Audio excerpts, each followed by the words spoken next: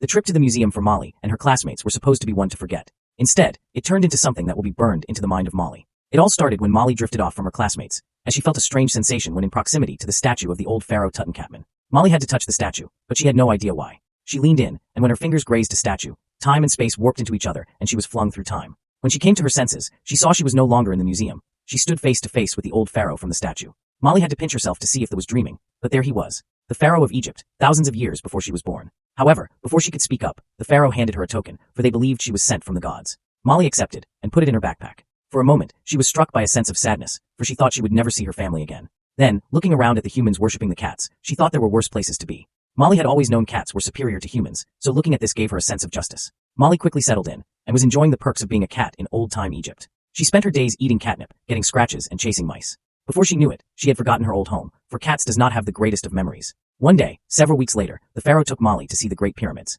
He wanted to show Molly how they were made. Molly too was overly excited for this, as she couldn't understand how they did it. That's when she saw it, a huge alien spaceship floating above the pyramids, and she suddenly understood everything. They were in fact not alone in the universe. After some time, the spaceship floated towards Molly and the pharaoh, and she started floating. Before she knew it, she was being pulled up to the spaceship. She screamed and clawed at the empty air, to no avail. When she reached the ship, the aliens explained to her that they detected an anomaly in the space-time continuum, and they traced it to her. They would now bring her back to her time, exactly when she had disappeared from the museum. Suddenly Molly came to her senses back in the museum with her class. She couldn't comprehend what had happened. Was she daydreaming? It all seemed so blurry, and she thought she was going insane. So much so that the teacher had to send her home, for she was rambling. When she came home, she remembered the artifact that she had placed in her backpack. She had not gone crazy.